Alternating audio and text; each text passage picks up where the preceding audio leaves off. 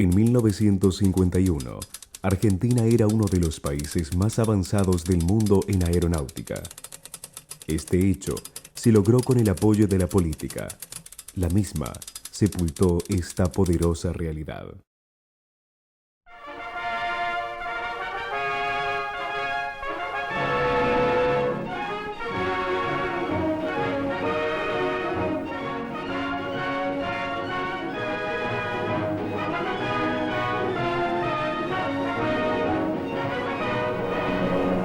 En el criollo cielo celeste y blanco dibujan su silueta los celosos custodios de nuestra soberanía. Bajo sus alas de paz vive feliz la nueva Argentina justicialista. Son obreros de la nueva Argentina que trabajan alentados por las ventajas obtenidas en el gobierno del general Perón. Son obreros que saben que en Eva Perón tienen un alma generosa que pulsa sus inquietudes y custodia sus conquistas.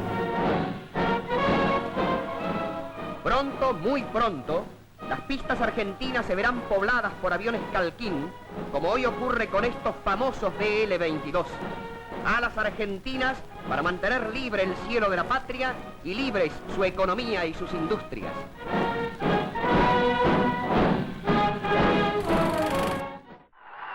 ¿Existió una época de oro para la aeronáutica o fue solo exageración en la publicidad peronista? El rastro conduce a un lugar específico, la primera fábrica militar de aviones de Sudamérica. 10 de octubre de 1927, quedó oficialmente inaugurada la fábrica militar de aviones de Argentina. El histórico suceso no tuvo su origen en la idea de un gobierno o de un político. Surgió de un visionario que no dudó en dejar todo atrás, poniendo en riesgo su vida y la de su familia. Francisco de Arteaga tenía 33 años. Era mayor del ejército argentino y su carrera como militar tenía un gran futuro. Pero el 28 de diciembre de 1915, en forma inexplicable, presentó su renuncia al ejército. Sin dudarlo, de Arteaga armó sus valijas y junto a su familia viajó a Francia para instalarse en París a principios de 1916.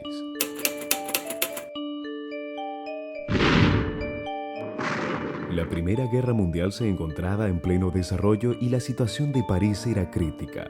Sufría bombardeos alemanes en forma constante. La capital francesa no era el mejor destino para una familia. Entonces surgió la duda. ¿Arteaga se había vuelto loco? El sueño del mayor de Arteaga en 1927, cuando creó la fábrica, que todos le dijeron que estaba loco, no era tal. El vertiginoso cambio en su vida fue consecuencia de un reciente descubrimiento que estaba cambiando el mundo: la aviación. Francia fue uno de los primeros países en instalar fábricas con líneas de montaje para la producción de aviones, y en esa época contaba con el único lugar en el mundo en donde se podía estudiar esta carrera. Se va. Ya estaba casado, tenía su familia, tenía 4 hijos de los 11 que llegó a tener, y se va con toda la familia. Se instala en París. Su convicción hizo posible que en 1918 obtuviera su título. Francisco de Arteaga se convirtió en el primer ingeniero aeronáutico de Argentina.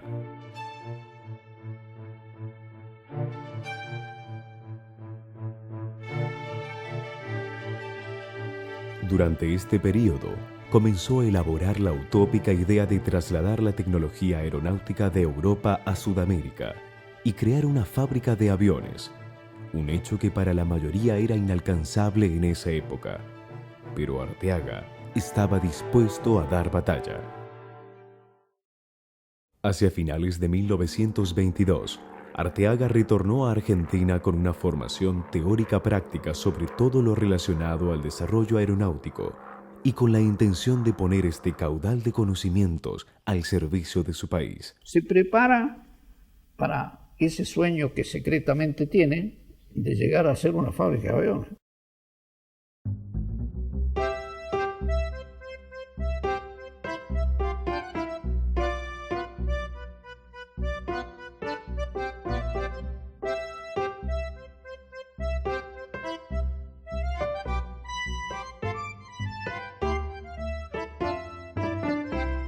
Arteaga planificó el proyecto de la primera fábrica militar de aviones en Sudamérica, pero faltaba el ingrediente principal: un apoyo político y económico. En 1911, Arteaga, en su carrera como militar, conoció al ministro de Guerra Agustín Justo, quien fue su superior. En 1918, cuando realizaba sus prácticas en París como el primer ingeniero aeronáutico argentino, conoció al presidente Alvear. En esa época, ocupaba el cargo de embajador argentino en Francia. Esas dos amistades que llegan a esos cargos de primer nivel en el gobierno le permiten conseguir el apoyo necesario para que su idea fructifique. En 1923, Arteaga presentó a las máximas autoridades del país un programa completo de desarrollo aeronáutico. Fue aceptado en su totalidad. Arteaga fue designado como el futuro director de la primera fábrica militar de aviones de Sudamérica. Se decidió que la fábrica militar de aviones debía instalarse en la ciudad mediterránea de Córdoba por razones estratégicas militares al estar alejada de las fronteras. La fábrica se puso en marcha. El 10 de noviembre de 1926 se colocó la piedra fundamental. 11 meses después, quedó inaugurada oficialmente.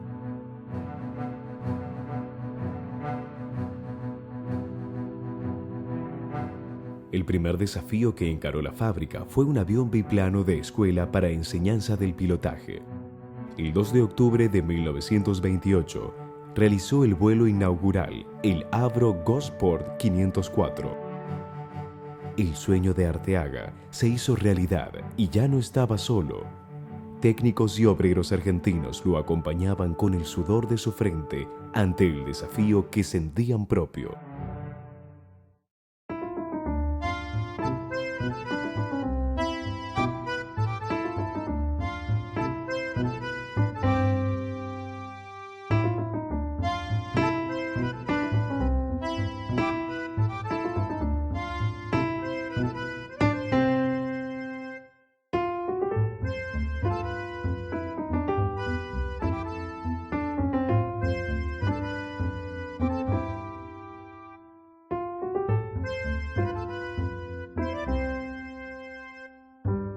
La fábrica casi se pierde. Esta situación obligó a De Arteaga a tomar medidas drásticas. La fábrica tenía 500 operarios.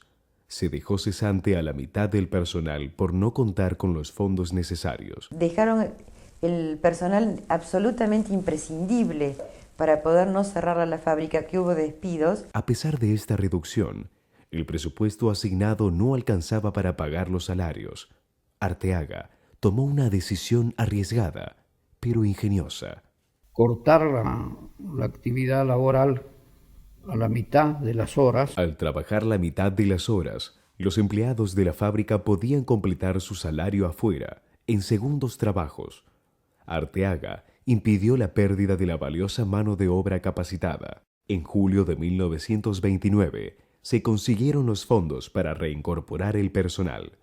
A pesar de estos inconvenientes, se logró en diciembre de 1929 terminar el primer motor aeronáutico construido en Sudamérica.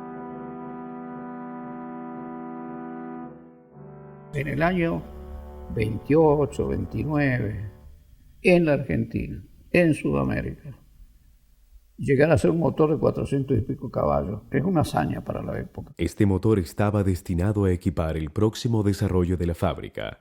El avión caza de Dewoitin D-21 quedó terminado en octubre de 1930. Era un avión de origen francés, monoplano y muy moderno para la época. Se dispuso su fabricación en serie para equipar al ejército argentino, que poco tiempo atrás no imaginaba disponer de la tecnología aeronáutica de avanzada.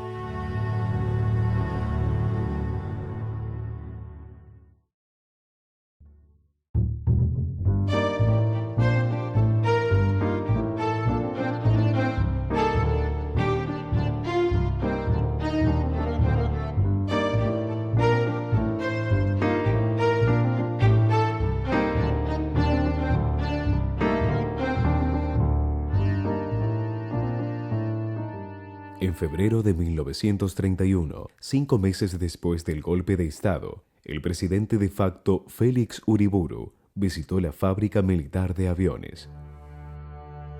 En un estadio inicial glorioso de la industria aeronáutica sudamericana, su precursor, Francisco de Arteaga, presentó su renuncia el 11 de febrero de 1931. Su retiro se debe a causas de índole estrictamente políticas. Su gestión había sufrido injerencias por parte de las nuevas autoridades militares. Que la injerencia venga de un personal que tiene más autoridad de conocimientos y de experiencia sobre el tema, las acepta alguien, ¿no? Pero estas cosas no ocurrieron. La posición política de Arteaga, contraria al nuevo gobierno de facto, le redujo su espacio de acción, lo que lo llevó a su renuncia. Él deja las cosas en marcha con una mística que se sigue cumpliendo. No hay un solo lugar en la ciudad de Córdoba donde se le honre honores al mayor de Arteaga, excepto una avenida interna de la fábrica.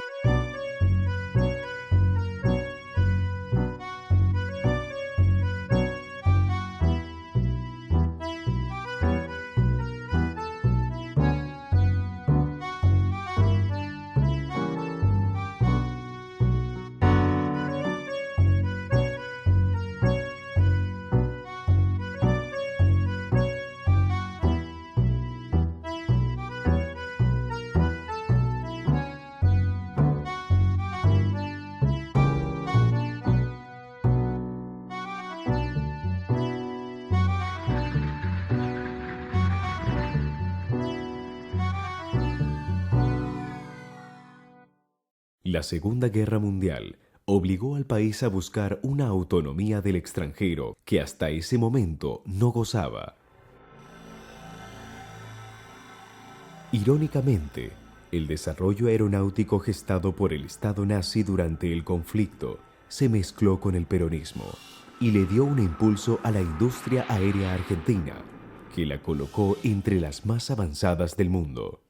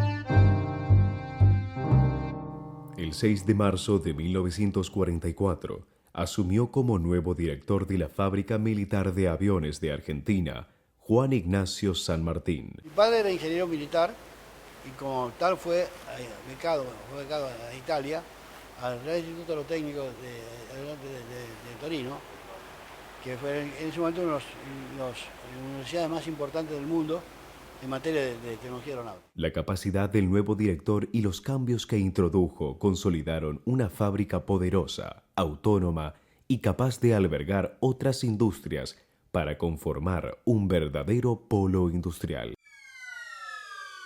La Segunda Guerra Mundial había causado la falta de abastecimiento de materia prima, sobre todo la destinada a la industria aeronáutica.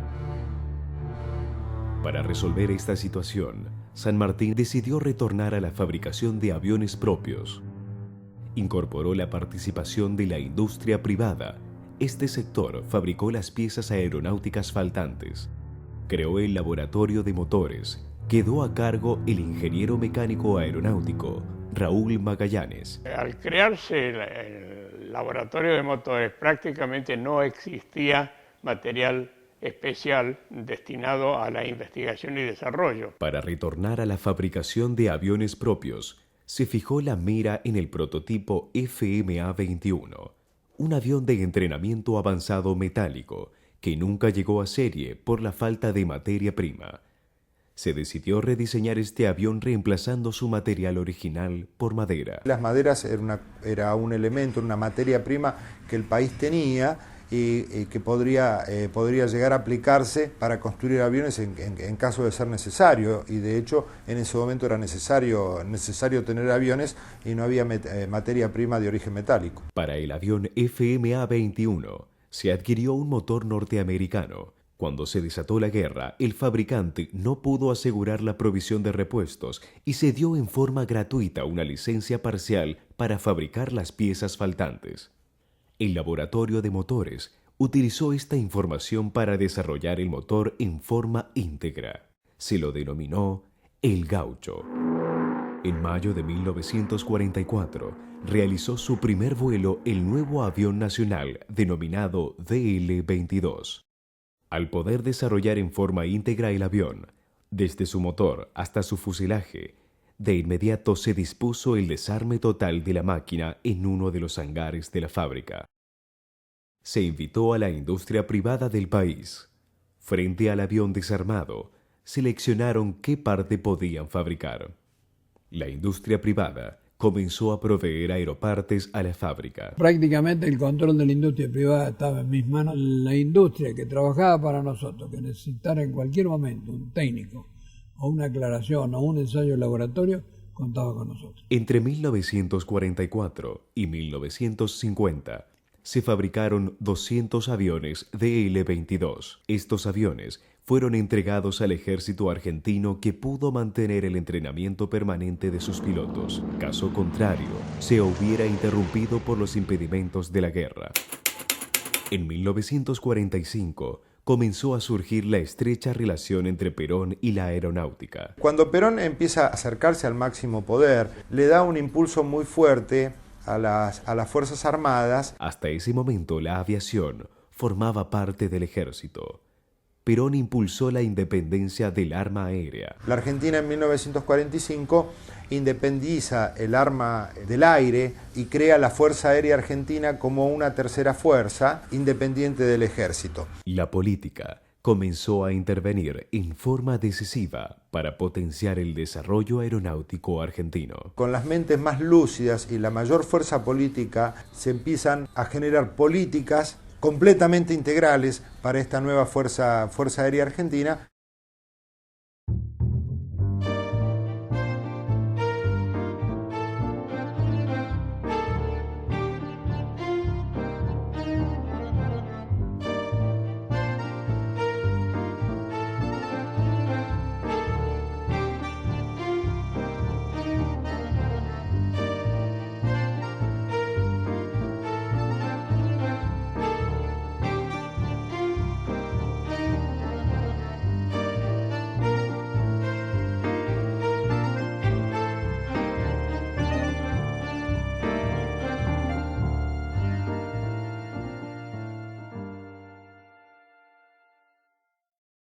En junio de 1945 realizó su primer vuelo el nuevo avión nacional Calquín, un avión caza construido con maderas nacionales y con el aporte de la industria privada.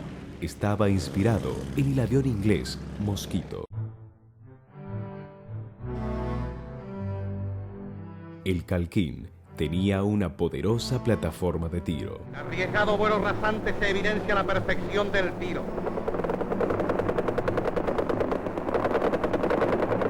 Entre 1945 y 1950 se fabricaron 110 unidades que prestaron servicio en las bases aéreas militares del ejército argentino. Planteados ya los ejercicios, asistimos al decolaje de los poderosos Calquines construidos íntegramente en nuestro país. Ambos aviones, el DL-22 y el Calquín, dieron la posibilidad al país de continuar con el desarrollo aeronáutico durante la Segunda Guerra Mundial.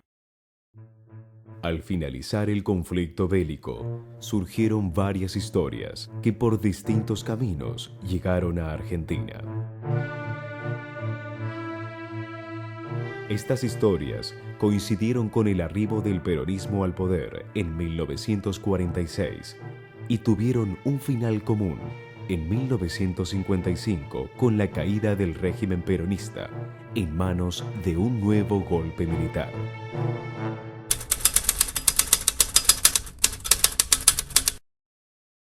Al finalizar la Segunda Guerra Mundial, otro de los elementos fundamentales que va a marcar el futuro de la aviación es el ingreso de la turbina. Desde un año 37, 38, que los aviones de caza volaban a 300, 400 kilómetros, en 3 o 4 años pasaron a volar a casi 900 kilómetros por hora.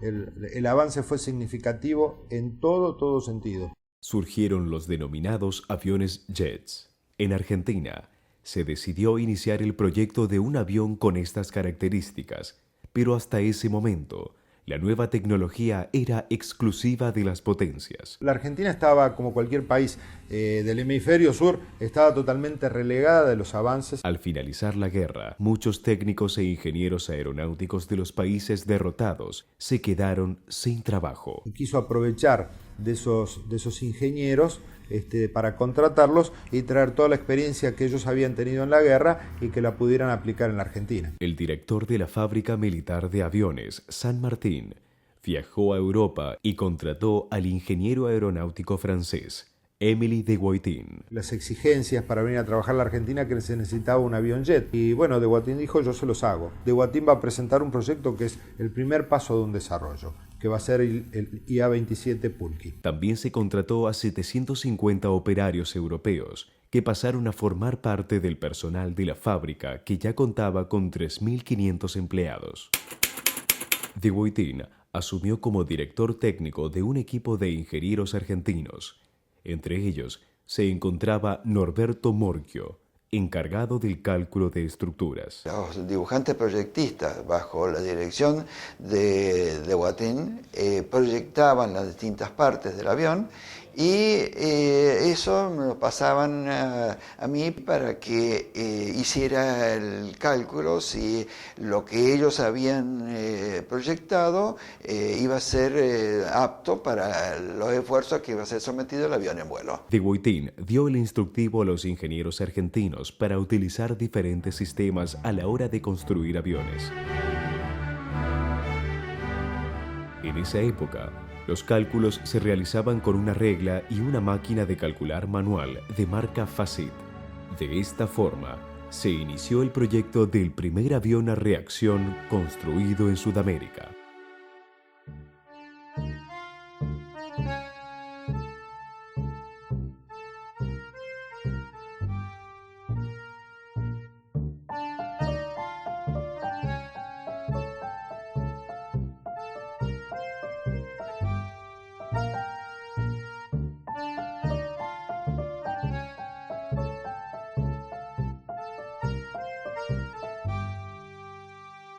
Cuando Perón asume su primer gobierno en el año 1946, basa su política en lo que se denominó el primer plan quinquenal de gobierno. Ese plan quinquenal de gobierno tenía un capítulo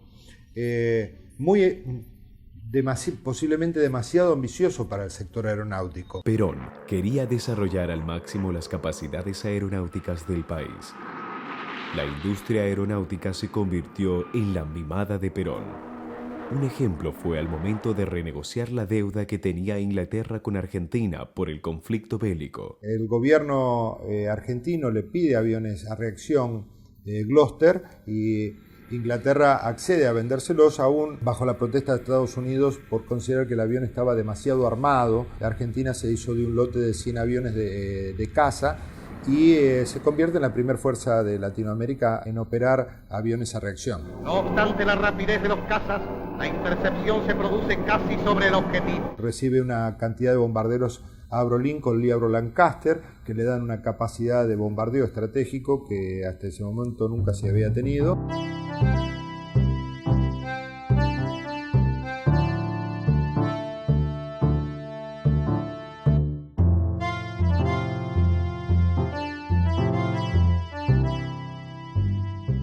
La Fuerza Aérea Argentina recibió como parte de pago alrededor de 400 aviones de todo tipo.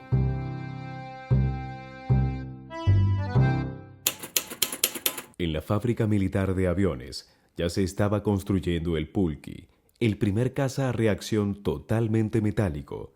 Estaba equipado con una turbina Rolls-Royce denominada Derwent 5. El proceso de construcción se aceleró por motivos políticos. Se fijó el día 9 de agosto de 1947 para que el primer jet de Sudamérica, construido en Argentina bajo el régimen peronista, realizara su vuelo inaugural. El jefe de fabricaciones en ese momento era el ingeniero Abril, que recuerda cómo se instalaron las presiones. En esa época, como siempre, las autoridades de la fábrica querían que los aviones volaran antes del tiempo necesario. Es decir, que se imponían plazos para volar las cosas en un tiempo que era casi imposible de conseguir.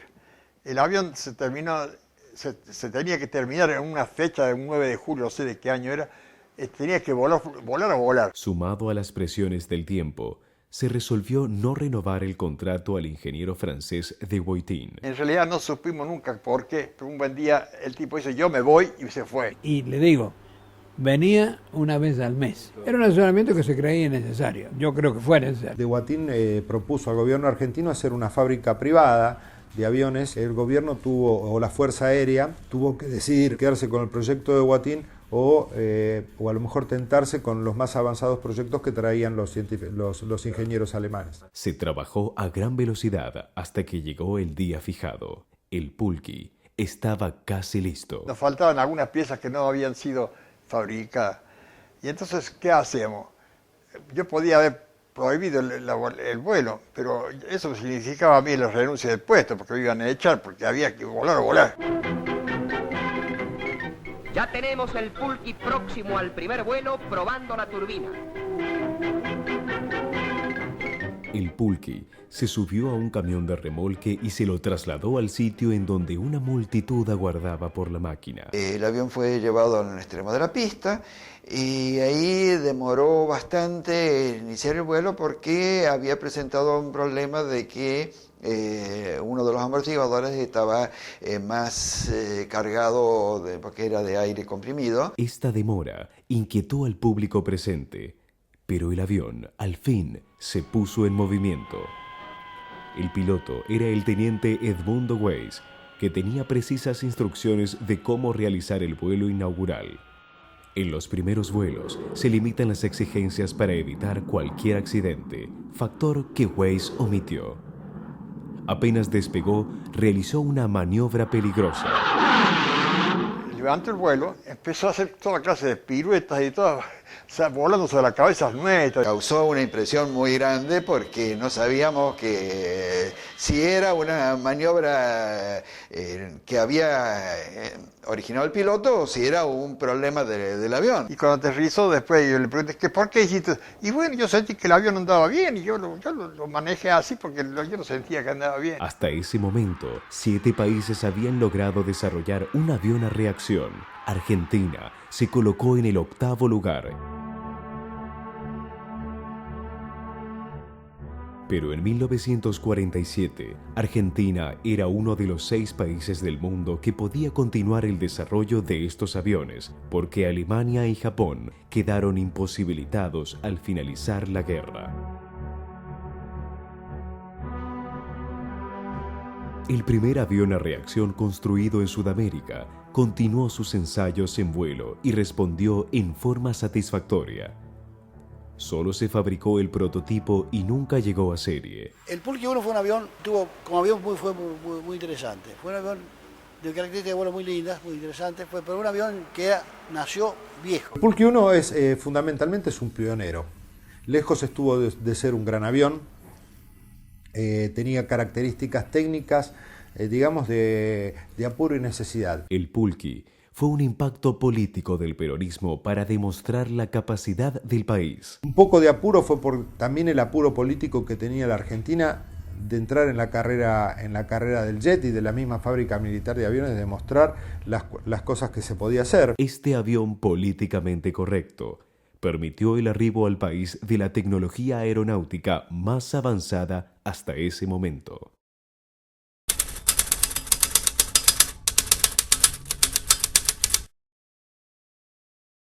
Hasta 1947, Argentina solo había desarrollado un proyecto íntegramente nacional de un motor aeronáutico. A este motor se lo llamó El Indio, proyecto a cargo del ingeniero Raúl Magallanes. Fue el primer proyecto nacional, el primer proyecto de motor hecho en el país. Hubo que adaptarse a lo disponible en cuanto a equipamiento. Con la participación de la industria privada argentina, se puso en marcha el 12 de junio de 1947. Demostramos los argentinos que podíamos hacer motores confiables, livianos y baratos. Esto permitió al país contar con una posibilidad única e histórica. El gobierno de Perón adquirió la licencia de la firma inglesa Rolls-Royce para instalar una fábrica de turbinas a reacción. Y se presentó la oportunidad que si la Fuerza Aérea colaboraba con la fábrica, nosotros íbamos a fabricar esas turbinas en algún día.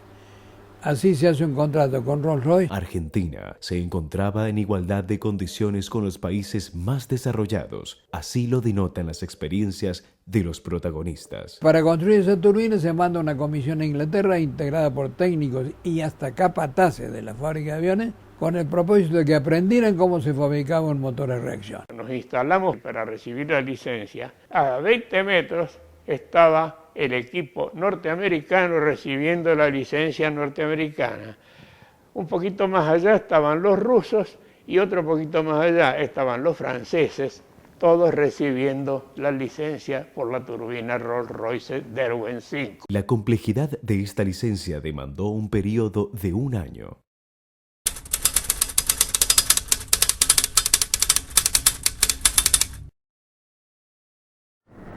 Los primeros aviones a reacción, al volar próximos a la velocidad del sonido, producían el fenómeno de comprensibilidad, un aumento anormal de la resistencia al avance. Los proyectos norteamericanos e ingleses, inmediatamente nacidos sobre el fin de la Segunda Guerra Mundial, tenían alas rectas. Ya había científicos alemanes que estaban trabajando, estaban pensando en el ala en flecha, como elemento indispensable para superar la barrera del sonido. Las alas en flecha chocan con el viento oblicuamente, impidiendo la resistencia al avance.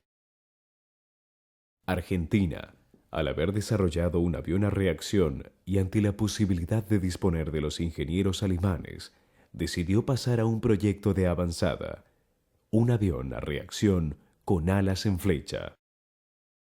¿Cómo llegó Argentina a disponer de los ingenieros alemanes? Nadie quiso que los alemanes vinieran a la Argentina. Se los disputaban los países de alta tecnología. Cuando los países aliados invadieron Alemania en la etapa final de la Segunda Guerra Mundial, se sorprendieron por el desarrollo aeronáutico alcanzado por el Estado nazi y surgió la necesidad de incorporar estos avances.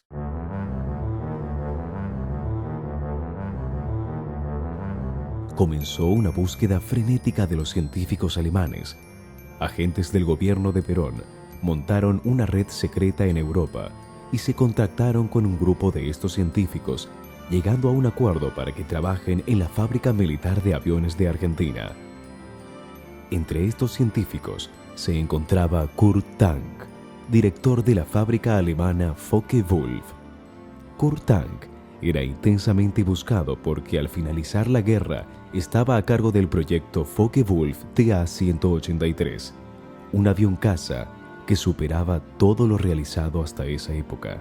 Estados Unidos y la ex Unión Soviética obtuvieron planos de este proyecto, pero Kurt Tank y los planos originales llegaron a Argentina.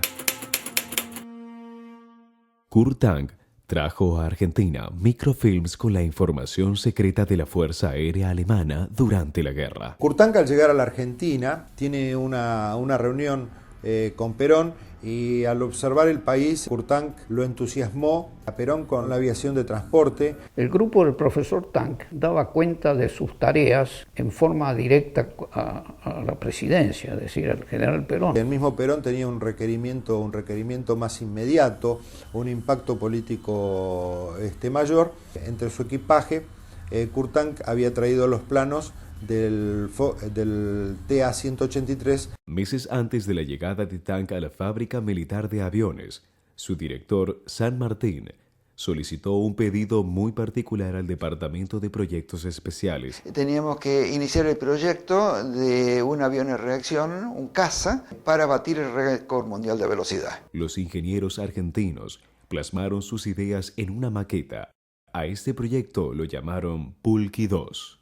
El diseño de este avión ya incluía alas en flecha en base a los estudios alemanes de la guerra. Llegó el momento de presentar el proyecto a las máximas autoridades. San Martín nos dice: me gustaría que participen de la reunión dos técnicos alemanes que acaban de llegar de Alemania. Se presentó el proyecto ante la mirada atenta del ingeniero alemán jefe. Y empezó a hacer preguntas técnicas que nos dieron la pauta de que eran gente que conocía el tema. El ingeniero alemán mostró una maqueta que él había desarrollado y comparó su proyecto con el argentino. La reunión finalizó, pero los ingenieros argentinos desconocían la verdadera identidad del ingeniero alemán. A los pocos días nos enteramos de quiénes eran. Por las publicaciones de revistas sabíamos quién era Kurt Tank, pero no sabíamos que era el personaje que nos habían presentado en esa reunión. La maqueta que Tank había presentado en la reunión correspondía al proyecto TA-183. San Martín unificó ambos proyectos. Quedó bajo la dirección de Tank. De esta forma, se inició la historia del Pulqui 2. Por solicitud de Tank, al poco tiempo, se incorporaron a su equipo otros 16 ingenieros alemanes. El más conocido es el grupo de Kurt Tank, porque Kurt Tank cuando viene pide su equipo, que en esa época no había computadoras. En ese momento había un especialista para cada parte del avión. Se construyeron 2 prototipos del Pulqui 2. Durante el proceso de fabricación, surgieron problemas internos entre ingenieros argentinos y alemanes. Cuando los argentinos comenzaron a trabajar en la etapa de fabricación del prototipo, confirmaron que Tank había traído toda la documentación secreta del desarrollo aeronáutico alemán, información que no compartía. Los alemanes lo mantenían muy en reserva. Por lo menos mientras yo estuve ahí, yo le comenté al ingeniero San Martín que sería muy útil que esa biblioteca se tradujera. Mi concepto era de que era tan importante como la presencia de los técnicos alemanes, era la documentación en la cual ellos se basaban. Este hombre actuó de una forma distinta a lo de Bogatín, porque este sabía mucho, pero no quería transmitir sus conocimientos a los ingenieros argentinos. Los alemanes mantenían oculta esta información porque la consideraban una herramienta de negociación para evadir problemas. El paso del tiempo les daría la razón. Argentina no estaba libre de conflictos. No me sentía muy cómodo trabajando de esa manera. Se encerró en un lugar donde trabajaba y no dejaba entrar a nadie, y él trabajaba solo allí, y yo, que era jefe de departamento técnico, ni siquiera podía entrar. Pocos argentinos quedaron trabajando con los ingenieros alemanes. Había que resolver algunos problemas y la necesidad de personal adicional dentro del grupo alemán se daba precisamente para esas tareas. El ingeniero Enrique Corti fue uno de los pocos argentinos que permaneció en el grupo alemán. El 8 de febrero, el Pulqui 2 realizó su presentación oficial en el Aeroparque de Buenos Aires.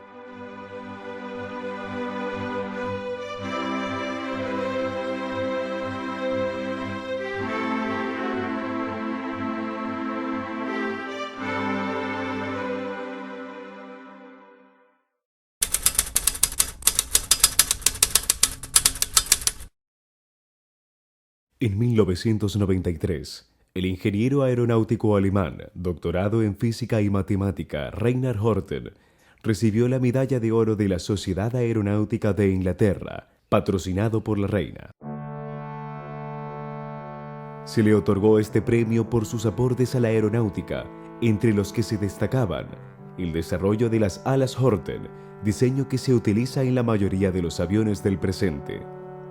La colaboración en el diseño del avión norteamericano B-2 y 2 trabajos que realizó en la Fábrica Militar de Aviones de Argentina, el primer planeador que cruzó la cordillera de los Andes y el primer avión supersónico Delta del mundo. Reinhard Horten llegó a Argentina en mayo de 1948. Su desarrollo de vanguardia en Argentina no recibió el apoyo que necesitaba, aunque trascendió las fronteras y el tiempo. Su hijo, por primera vez en una entrevista filmada, cuenta la historia de su padre. Mi padre nació en Alemania, en la ciudad de Bonn, el 12 de marzo de 1915. Mi padre, de muy temprana edad, sintió la atracción por el vuelo y por el desarrollo de aviones o objetos voladores. A los 17 años, desarrolló su primer avión, el Horten 1. El primer proyecto lo desarrolló en Bonn y curiosamente en la casa de los padres, dentro de la casa, con un problema grave, que cuando hubo que sacar el avión, hubo que demoler una columna de la casa para después sacar el avión afuera. El Estado alemán lo premió por este desarrollo en 1934.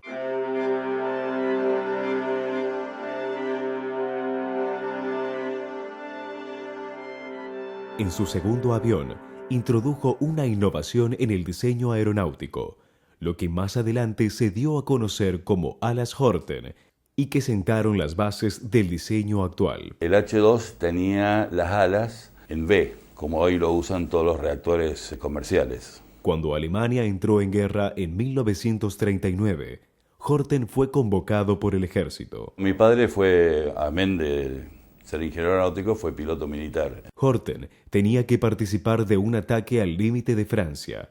Esto le podía costar la vida.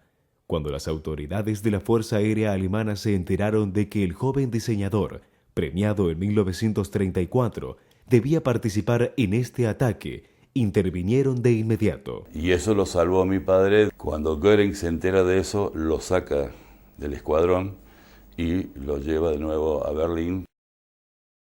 El Estado alemán instaló fábricas a cargo de Reinhard Horten para desarrollar al máximo su potencial y utilizarlo durante la guerra. En el 39, ahí empezó la gran revolución de proyectos.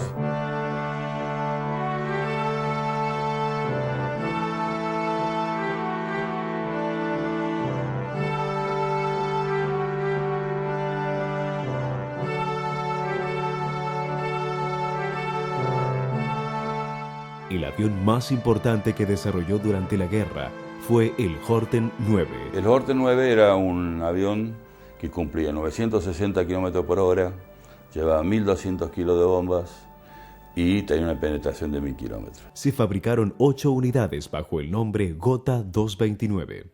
Al finalizar la guerra, sus proyectos quedaron sin continuidad y fueron capitalizados por las potencias vencedoras.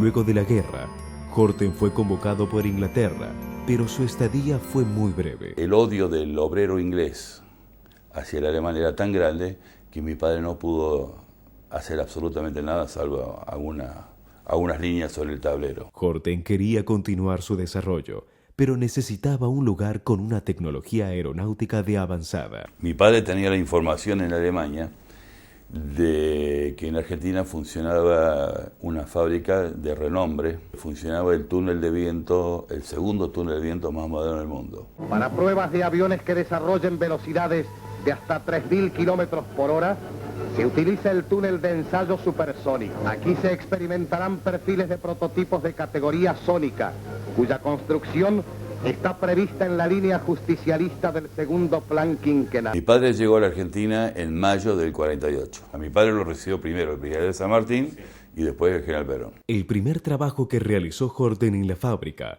fue con el Pulky 2, en la construcción de su prototipo. Cuando mi padre aterrizó en Córdoba, estuvo primero a las órdenes de tanque. Para la época que el Pulky 2 estaba volando a nivel planeador, interviene otro alemán, que era Reinhard Horten. Reimar Horten, como tenía mucha experiencia inicialmente, el equipo de Kurtank, si bien no vino dentro de ese equipo, Reimar Horten colaboró en la fabricación del prototipo. La relación que había entre mi padre y Tank al principio era muy buena, porque bueno, como dos paisanos y trabajando en el mismo tema, era un tema bien. Hasta que surgió un problema de que el Pulqui 2 tenía un problema de centro de gravedad. Cuando se va a realizar el primer vuelo del Pulqui en manos de Weiss, Reimar Horten estimaba que al aproximarse el avión a bajas velocidades iba a perder sustentación. Este elemento no era compartido por los ingenieros o por Kurtank. Cuando el vicecomodoro Weiss tenía que volar el avión, le preguntó a mi padre cómo lo tenía que aterrizar. Mi padre le dio las instrucciones que tenía que traerlo al suelo con potencia, palanca adelante. Reimar Horten le dijo aparte a Edmundo Weiss que cuando aterrizara al Pulqui 2 lo aterrizara a una velocidad un poquito mayor que la indicada. Y por supuesto fue un aterrizaje, como se dice aeronáuticamente, tirado contra el piso, cosa que no le gustó a Tank. Los alemanes se le quejaron un poco como que lo había maltratado al Pulqui. Los cálculos de Horten eran correctos.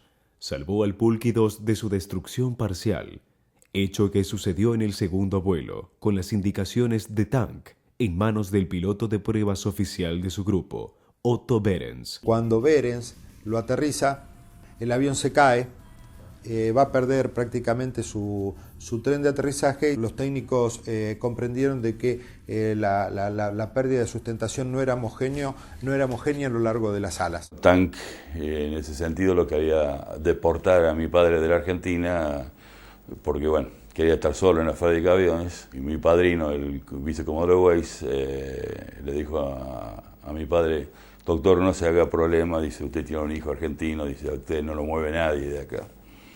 Y bueno, yo en cierta manera, por haber nacido en esta hermosa patria, lo he salvado a mi padre, que no se lo tenga que ir. La amistad de Kurtank con el presidente Perón le otorgaron prioridad a su desarrollo. Horten se independizó del grupo Tank y comenzó a trabajar en proyectos de vanguardia que serían reconocidos a nivel mundial.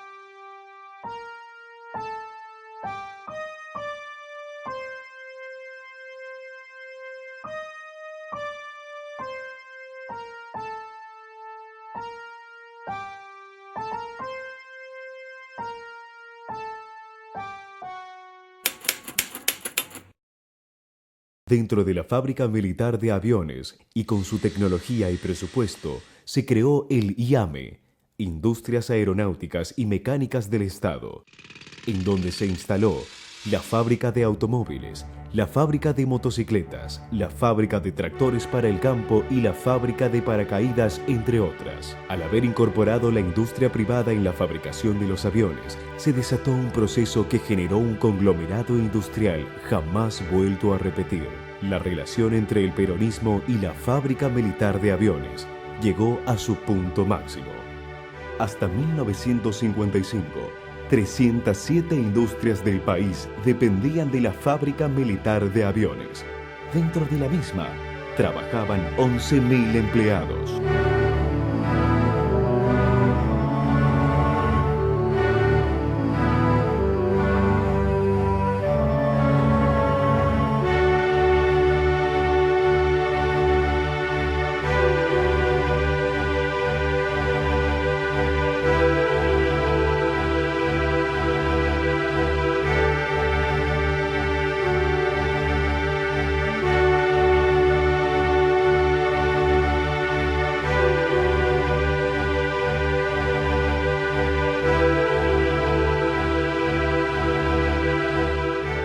Va a haber muchísima demanda laboral. Se dio un fenómeno muy importante. Era una ciudad con mucho dinero circulando. Y el dinero circulaba en todos los sectores sociales, que eso es el beneficio de la industria. Esta realidad, por estar vinculada al peronismo, se fue desvaneciendo a partir del golpe de Estado de 1955.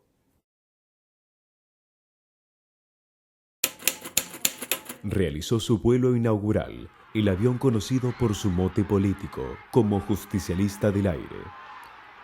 Era un desarrollo del Grupo Tank y estaba destinado como bombardero liviano, transporte de pasajeros, avión fotográfico, ambulancia y como avión para entrenamiento de tripulaciones.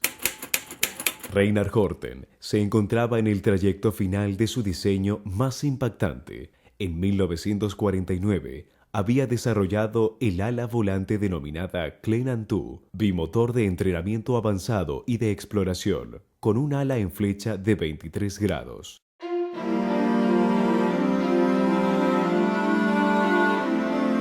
Este desarrollo tuvo una finalidad civil. Su diseño respondía a las alas Horten, que ya eran objeto de estudio en todo el mundo.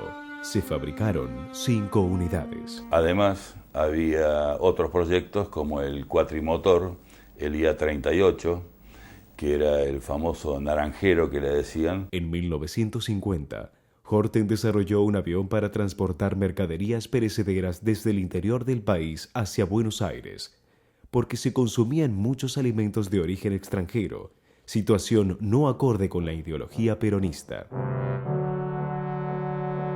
Este avión era completamente metálico y podía transportar hasta 10 toneladas.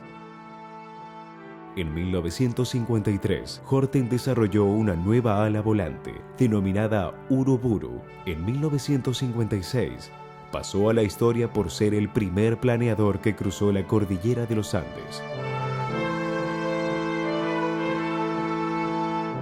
En 1954, Horten inició la construcción en madera del prototipo planeador denominado supersónico, el IA-37. El IA-37 fue el primer avión supersónico en Delta. No existió otro Delta en el mundo que ese. Eso lo tuvimos acá en la Argentina y en la fábrica militar de aviones. Tenía un ala en flecha de 60 grados para evitar las altas temperaturas generadas en vuelos supersónicos. Su diseño estipulaba 2 turbinas. Y era el primer avión del mundo que voló con alas tipo rombo, o sea, terminaba en punta de cuchillo. Empieza en punta de cuchillo y termina en punta de cuchillo. Eso no se conocía en el mundo. Después de exitosos ensayos de vuelo, se comenzó la fabricación del prototipo motorizado. Estaba diseñado para volar a una velocidad de Mach 2. El proyecto del IA-37 para la Argentina y para el mundo fue muy importante, porque los franceses querían adquirir el proyecto del IA-37, que fue denegado acá por la fábrica de aviones. El grupo alemán desarrolló el proyecto más ambicioso de Kurt Tank, el avión de transporte comercial transoceánico pentaturbina. En 1955 se construyó el prototipo en madera a escala natural. Este novedoso proyecto para la época colocó al país en una posición favorable para el desarrollo del transporte aéreo comercial.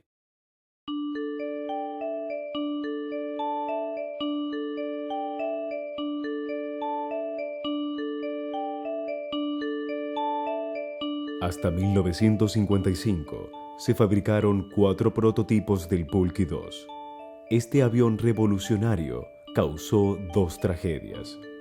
La primera fue el 31 de mayo de 1951, cuando el piloto de la Fuerza Aérea, Vedania Manuwal, realizaba la prueba de adaptación. Vedania Manuwal tiene un problema que un ala se le pliega y el avión cae. El asiento eyectable era muy primitivo, era arcaico y era muy complicado realmente que un piloto pudiera salir airoso eyectándose en esos primeros asientos y bueno, y el Pulky se cobra su primer víctima. El segundo accidente fatal fue el 9 de octubre de 1952, en vísperas de una nueva presentación oficial del Pulky 2 frente al presidente Perón.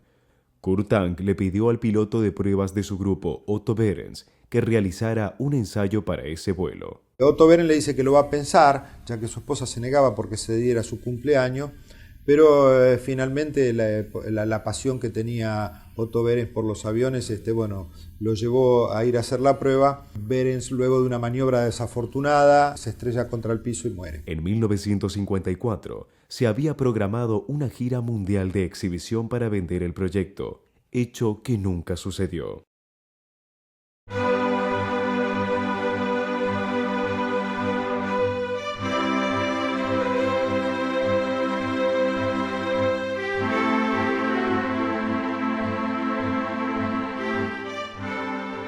Cuando se presentó oficialmente el Pulqui 2, fue considerado uno de los 3 mejores aviones del mundo, junto con el avión ruso MiG-15 y con el avión norteamericano FX-86 Sabre.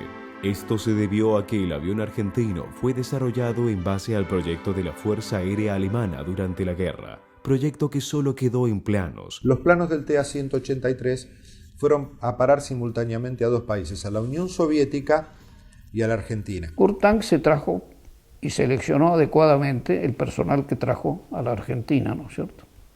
Pero, naturalmente, que no fue todo el personal de Focke-Wulf. Por eso ocuparon fábricas, tomaron personal que había trabajado con Tank y todos los planos, todos los proyectos del proyecto del Tank 183. El MiG-15 lo menciono porque no solo era el avión de punta ruso que podía hacer frente al F-86, sino que tenía una derivación común con nuestro Pulqui 2. Estados Unidos en el momento tenía el avión F-86 Sabre, que originalmente había nacido como avión de alas rectas, pero evolucionó con alas en flecha. Es muy difícil poder determinar o tener la documentación para ver si las alas del Sabre provinieron de los del Pulqui. Lo que sí es cierto que hubo un momento que todos los aviones tenían alas en flecha y tenían, digamos, una planta más o menos similar.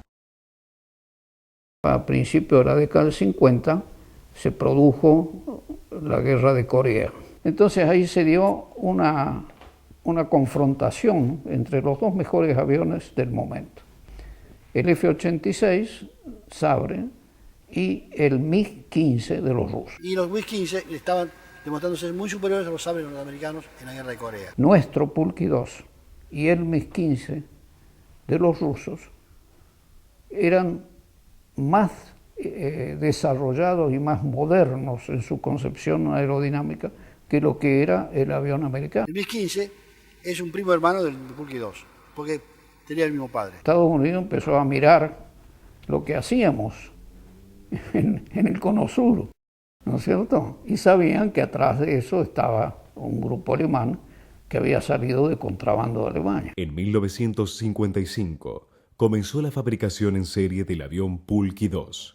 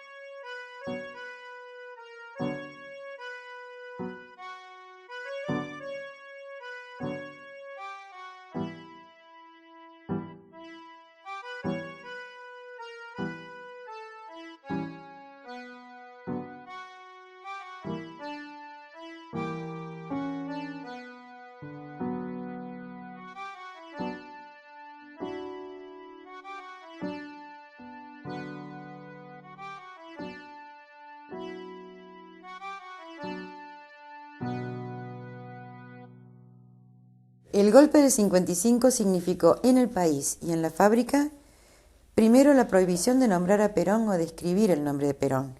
Desde ahí ya nos damos cuenta de muchas cosas. Toda la gente de la fábrica militar de aviones, tanto peronistas como antiperonistas, jamás iban a pensar que ese revanchismo que trajo la revolución se iba a tomar contra la fábrica militar de aviones y contra todo lo que se había hecho en materia aeronáutica durante el gobierno de Perón. Por la estrecha relación que se estableció con el peronismo, el incipiente desarrollo aeronáutico gestado por el país a partir de su fábrica militar de aviones hasta 1955 fue interrumpido por las autoridades militares surgidas del golpe de Estado.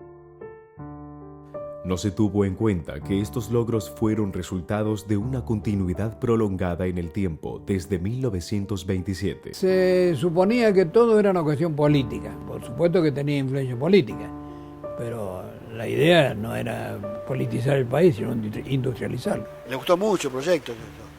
Pero ¿cuándo comenzó esto? En enero se dice, no lo vamos a hacer porque comenzó la época peronista. Y no se hizo. Ese es el criterio que se trabajaba.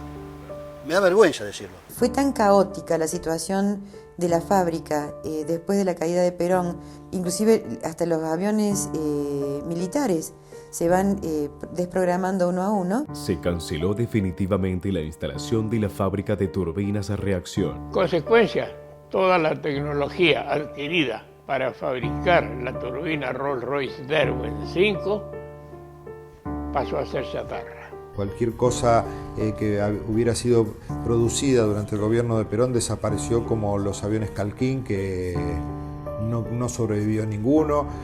Por suerte, y Agata sobrevivió un DL-22. Los Pulqui se convirtieron en chatarra. El avión Pulqui 2 se destruyó por ser el símbolo del peronismo. Se empezó a trabajar en la preparación de esa preserie y todo eso murió. Cortaron la producción, que había 10 aviones ya listos para entrar al montaje, el Pulqui 2, lo cortaron allí, destruyeron todas las piezas que habían y no hicieron la fabricación.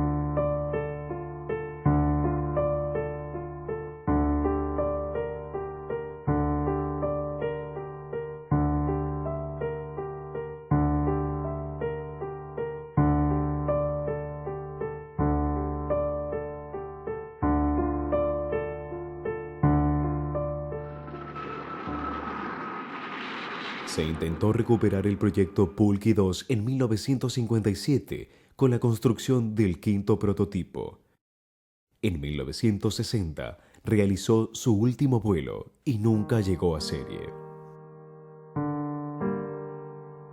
El IAME y sus fábricas dejaron de existir. El brigadier San Martín quedó preso por su relación con Perón. Mi padre por encima fue un empresario con una gran visión. El brigadier San Martín lo ponen preso porque había estado de director de la fábrica y al lado de Perón en el desarrollo industrial argentino, porque el antiperonismo que se plantea a partir del 55 era tratar de destruir todo lo que había sido la obra del peronismo, y lo que no midieron es que construir lleva mucho tiempo y destruir un instante. Los proyectos de Reinhard Horten fueron suspendidos. Esa era la gran pregunta de mi padre siempre: ¿por qué no se contenían los proyectos haciéndolos acá en la fábrica de aviones? Y la única decisión que llegamos es, lamentablemente, la corrupción. Era mejor comprar un avión de afuera y no fabricarlo en nuestro país. Horten se dedicó a la docencia en la Escuela Superior de Ingeniería Aeronáutica. A posterior, 4 ingenieros norteamericanos se instalaron en su casa de campo en total hermetismo y secreto, para trabajar bajo las indicaciones de Horten en el diseño del bombardero B-2. Fue de tal manera un secreto que mi padre dijo: mira, en los próximos 15 días ustedes no pueden venir, a los hijos, porque yo tengo una reunión de trabajo muy importante acá y no pueden venir. Todo eso nosotros recién nos enteramos después de muerto mi padre, porque la Sociedad Aeronáutica Inglesa lo ha revelado en la distinción del premio de la medalla de oro que le otorgaron a mi padre. En 1993 falleció, el mismo año que recibió la medalla de oro de la Sociedad Aeronáutica de Inglaterra, patrocinada por la reina. Horten se enamoró de Argentina. Nunca se fue, a pesar de recibir varias ofertas del extranjero y ante la falta de reconocimiento en el país, que hasta el día de hoy perdura. A la respuesta suya, el tema aeronáutico en Argentina,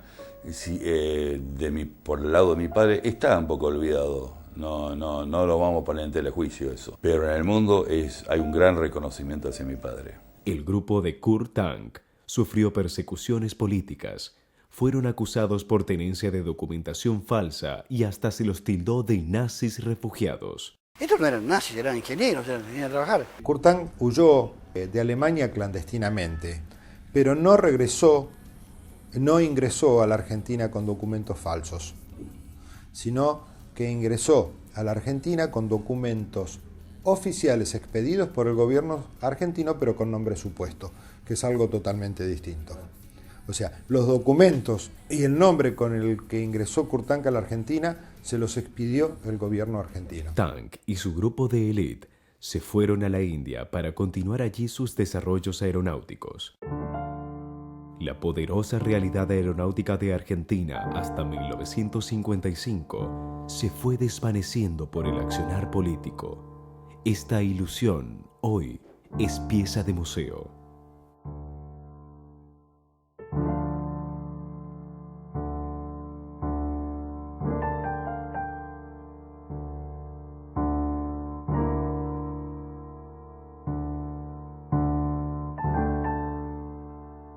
La época de los gobiernos de Perón y de la naciente Fuerza Aérea Argentina tuvieron un impulso enorme. Ese impulso no se supo sostener en el tiempo. Lo que nos muestra que nunca más política de Estado, cuando esto debió haber sido protegido y sostenido como una política de Estado. No tenemos continuidad, estamos siempre arrancando y eso es lo que nos pasa como país. Cuando nosotros en el 55 teníamos una tecnología aeronáutica que era semejante a la francesa, por ejemplo, en ese momento. Mi estimación es que Argentina podría haber sido una Suecia en materia aeronáutica.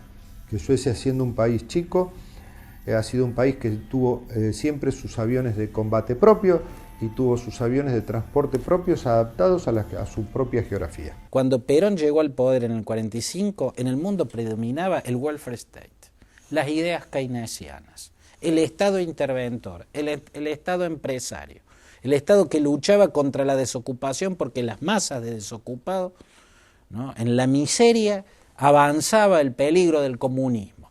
Eso lo hizo el Perón en la Argentina. Los sectores altos, que son los que manejaban la política de la Iglesia argentina y los que llevaron adelante también esta oposición a Perón, son los que lo consideraban peligroso a Perón. Que era intolerante hacia el pensamiento distinto, que cercenaba en gran medida el derecho a la oposición, que perseguía a muchos opositores. En fin, ese era un vicio de aquel peronismo en el gobierno. Lo que no se dieron cuenta es que para mucha gente Perón significó dignidad, vivienda y trabajo, y no con dádiva. Se mezclan muchas cosas, también se mezclan emocionalidades. El peronismo tiene que ver con una emoción y eso nace del sentimiento de gentes que integraba capas sumergidas a las que sentían que el Estado siempre les había dado la espalda, que los gobiernos siempre le habían dado la espalda y se vieron por primera vez atendidos, ¿no es cierto? El peronismo fue también el de leyes sociales importantísimas y el de reivindicaciones obreras que eran sumamente importantes y que crearon, además de una militancia, un afecto, una emoción. Como historiadora, el peronismo entre 1946 y 1955 fue absolutamente importante para la Argentina porque incluyó a la gente marginada a la historia.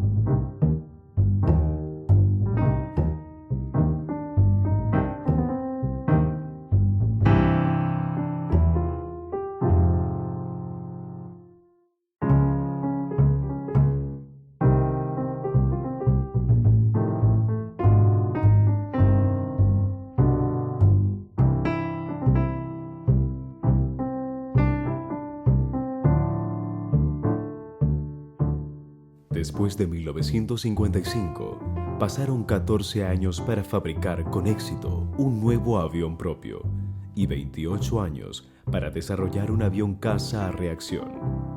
Irónicamente, estos desarrollos que intentaron reflotar la industria aeronáutica del país están vinculados a la dictadura militar que marcó el periodo más oscuro en la historia del país.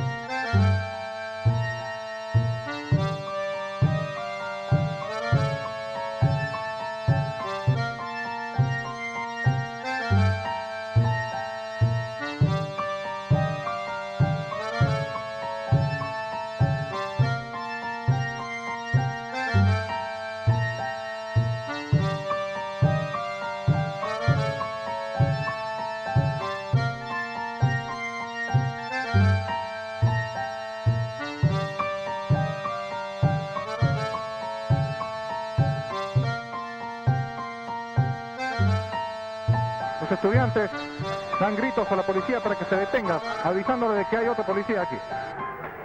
La policía de Córdoba estrena sus nuevos escudos mientras llueven botellas de los techos. A solo 100 metros de la comisaría tercera se ha levantado una nueva barricada ardiente. Sí, avisa, cuando filme te van a quemar la máquina. El gobierno le solicitó a la Fábrica Militar de Aviones un desarrollo para combatir a la incipiente guerrilla. Así surgió el proyecto Pucará, un avión polivalente de ataque al suelo. El Pucará es ya un avión militar cubriendo una necesidad del momento, como es el avión de ataque al suelo. Tiene multipropósitos, puede ser avión para guerras localizadas y cubre exitosamente varios tipos de misiones de guerra. Un grupo de ingenieros de la fábrica desarrolló este nuevo avión nacional. Entre ellos se encontraba Enrique Corti. Está protegido para el fuego de armas livianas, digamos, blindajes de la zona de piloto, blindaje de parabrisas. El tren de aterrizaje tiene amortiguadores a anillos elásticos que no llevan fluido ninguno, cuya perforación por un proyectil desde tierra no lo afecta. Este poderoso avión fue el primer intento de reflotar la Fábrica Militar de Aviones. El proyecto Pucará básicamente es un avión antiguerrilla.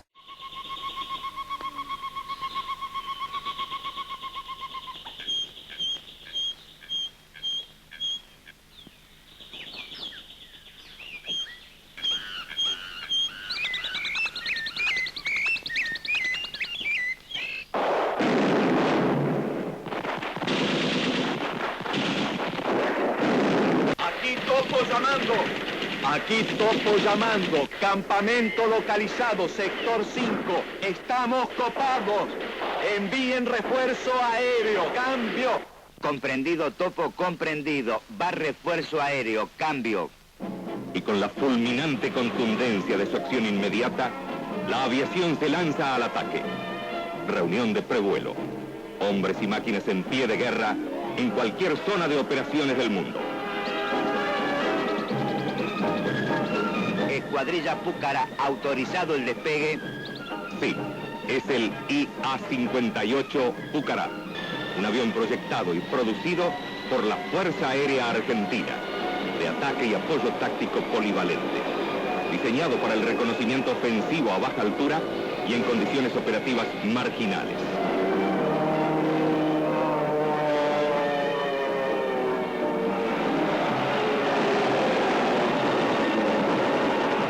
Aquí una prueba de la precisión y efectividad de sus impactos.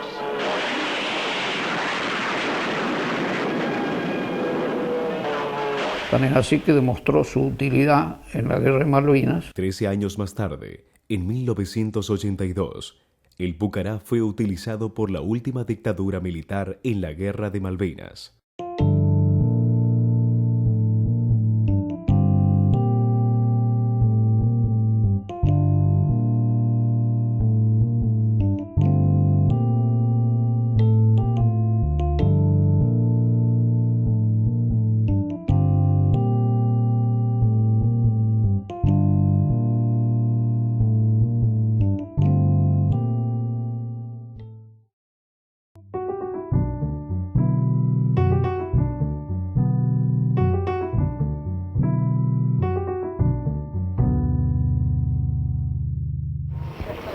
Señor, perdón, usted que se está enterando de la situación institucional del país, ¿qué opina sobre este cambio de gobierno?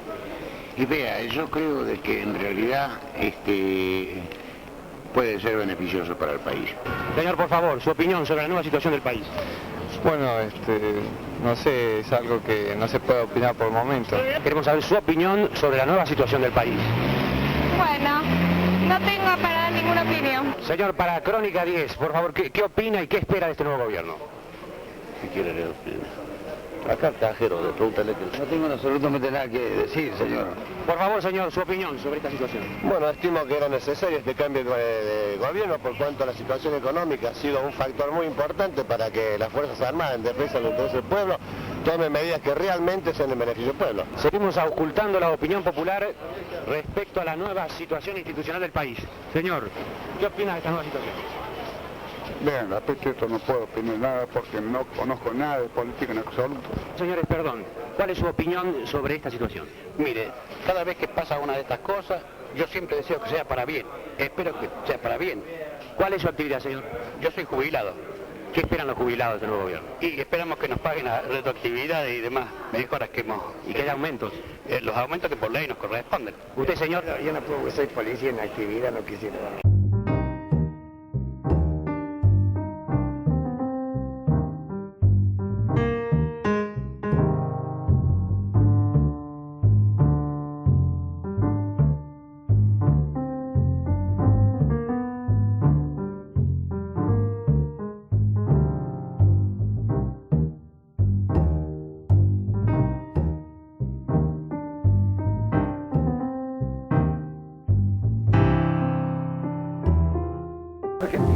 En el orden económico es un problema eminentemente de descapitalización. Hay que capitalizar al país. Ahora, yo no conozco otra manera de capitalizar al país que trabajando. El trabajo es la base de ese capital, porque el capital no es más que trabajo acumulado.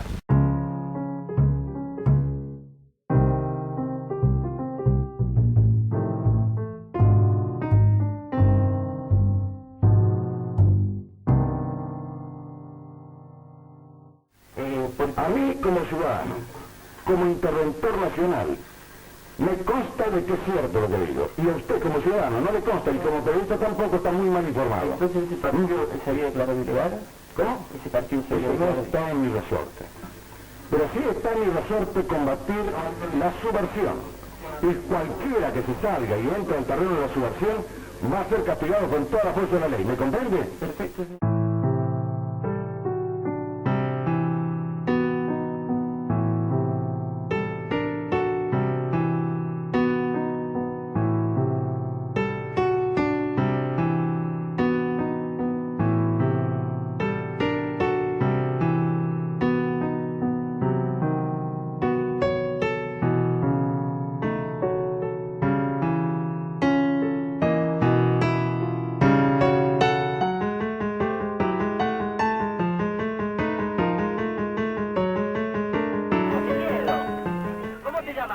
Aquí saben que está detenido, querido.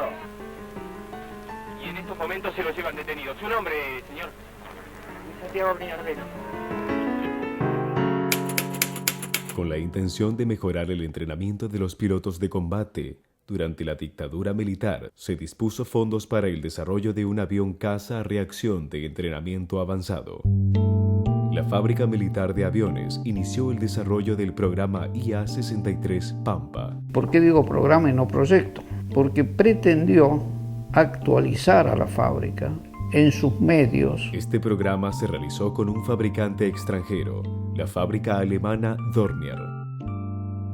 Un numeroso grupo de ingenieros y técnicos argentinos se instalaron en Alemania para dar inicio al programa Pampa. Yo viajé a Alemania en el 1981, estuve casi 2 años trabajando ahí en el proyecto, es decir, participé en todo el desarrollo del área sistema. Yo trabajaba con el ingeniero Corti. Como a mí me tocó presidir uno de los grupos de trabajo de todos de sistemas y equipos, teníamos la doble función de desarrollar los sistemas y de a la vez verificar que los requerimientos de nuestra Fuerza Aérea se cumplieran en el desarrollo.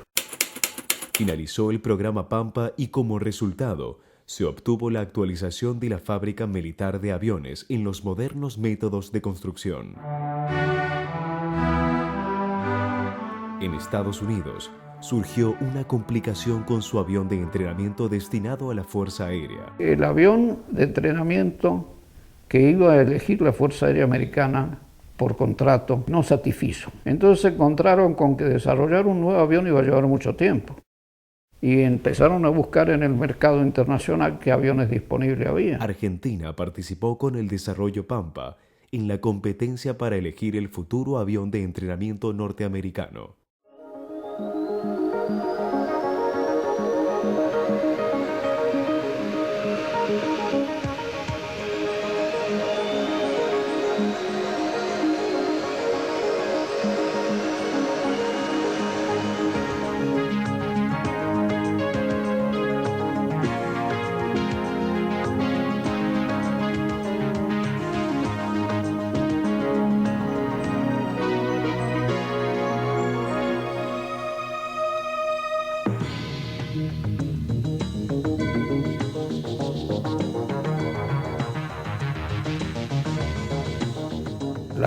pretensiones de que nuestro avión fuera elegido, yo no las veía muy cercanas, porque nuestro avión Pampa es un avión básico avanzado, y lo que buscaba la Fuerza Aérea Americana era un avión de entrenamiento básico. Entonces era demasiado avión y en consecuencia demasiado costoso para las necesidades americanas. El Pampa no fue seleccionado. Se dio comienzo a su construcción en serie para equipar a la Fuerza Aérea Argentina.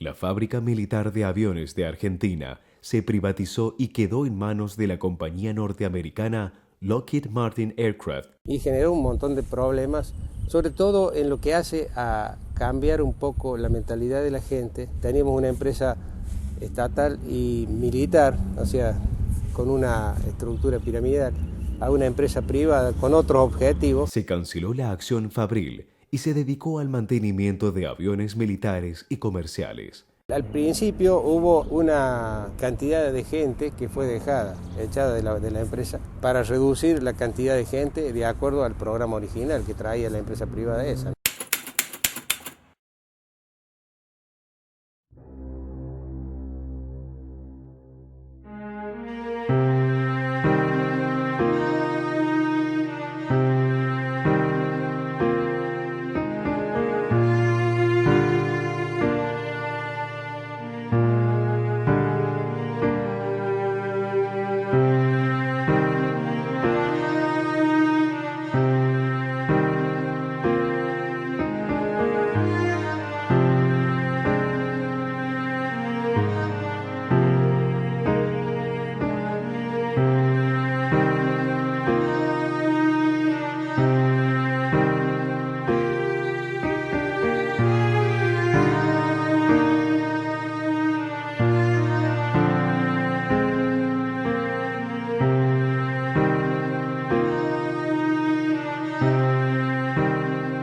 Tener una fábrica de aviones es absolutamente necesario. Pero nosotros que llegamos a estar en un lugar de privilegio en la producción aeronáutica, estamos ahora sin aviones para poder volar. Y hoy en día paso por el frente de la fábrica y me da una gran tristeza, porque de la fábrica de aviones ya no quedó nada. Hoy tenemos un taller de lujo, un taller aeronáutico de lujo, pero norteamericano.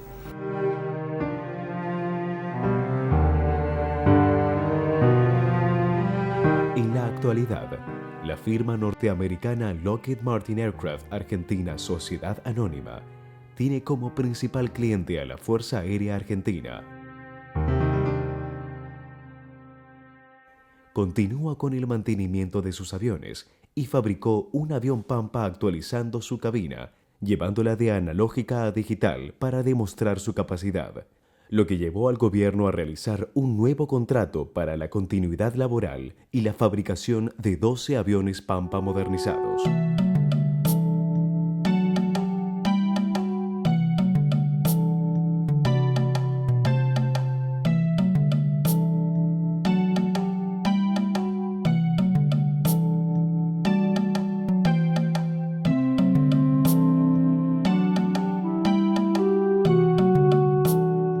espíritu de la fábrica militar de aviones vive dentro y es el único reducto que puede reflotar lentamente la industria aeronáutica argentina.